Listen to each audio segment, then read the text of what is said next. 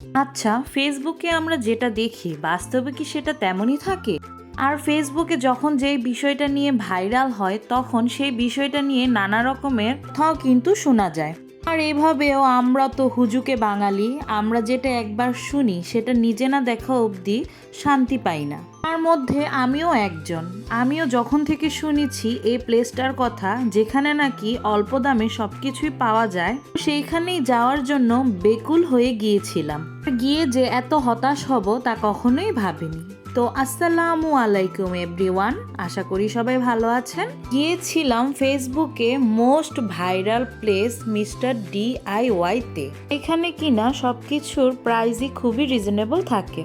যেহেতু আমরা চিড়িয়াখানায় গিয়েছিলাম তো সেখান থেকে আসার পথেই আমরা এই সবটা পেয়ে যাই। ও আমরাও আর বেশি চিন্তা ভাবনা না করে সেখানে গিয়েছিলাম দেখার জন্য যে আসলেই কি সবকিছুর দাম রিজনেবল নাকি। আর মিরপুরের এই ব্রাঞ্চটা নাকি ওপেনিং হয়েছে বেশি দিন হয়নি, তাই তাদের কালেকশনও খুব কম ছিল সেখানে, যা শুনে আমাদের মনটাও তখন খারাপ হয়ে গিয়েছিল। তো কিছু তো আর করার ছিল না তখন, যেহেতু এসে পড়েছি তো একটু ঘুরে নেওয়া যাক যে কি কি আছে এখানে। চলে আসি কুকারিজের সেকশনে, যেখানে খুবই সুন্দর সুন্দর ফ্রাই প্যান ছিল।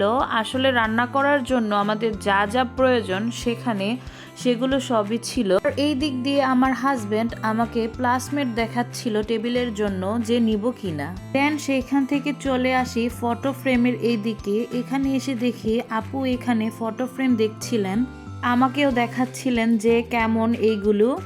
আমার আসলে তেমন ভালো লাগেনি, কোয়ালিটিটা প্লাস্টিকের উপরে ছিল, খুবই হালকা, তাই সেখান থেকে আমরা কিছুই নেইনি।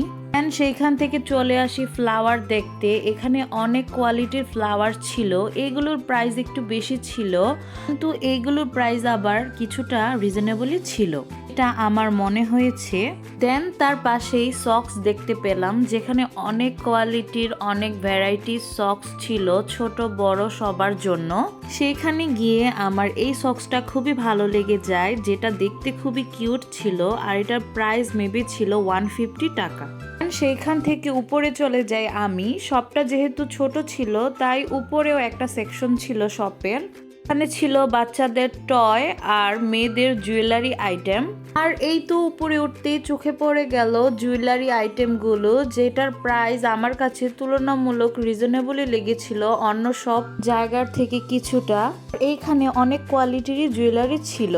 দেন তার পাশেই ছিল বাচ্চাদের জন্য টয়ের একটি সেক্টর, যেখানে খুবই সুন্দর সুন্দর আর খুবই কোয়ালিটি সম্পন্ন টয় ছিল, যেগুলোর কোয়ালিটি দেখে আমার প্রাইসটা অ্যাভারেজই মনে হয়েছে। আর সেইখানে এসে তো আমার বাচ্চা রীতিমতো সব টয় নিয়ে খেলা শুরু করে দিয়েছে। দেখুন সে কি করছে, শার্কটা নাকি তার খুবই পছন্দ হয়েছে। দেন তার পাশেই ছিল এই কিউট কিউট তাওয়ালগুলো, যেখান থেকে আমি একটা তাওয়াল পিক করি, তার প্রাইসটা ছিল 150 টাকা করে।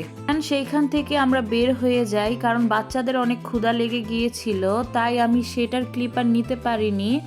দেন সেইখান থেকে খাওয়া দাওয়া শেষ করে চলে আসি আমরা মেট্রোতে। সেইখানে গিয়েও পড়ে যাই বিপদে, কারণ সেইখানে অনেক ভিড় ছিল কার্ডের জন্য।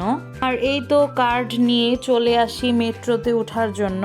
এই তো উঠে পড়েছি আর উঠে বসে সবাই মিলে আড্ডা দিচ্ছিলাম। তো আজকের ভিডিওটি কেমন হয়েছে কমেন্টে জানিয়ে যাবেন, আর এই ভিডিওর ফার্স্ট পার্ট আমার পেজে পেয়ে যাবেন।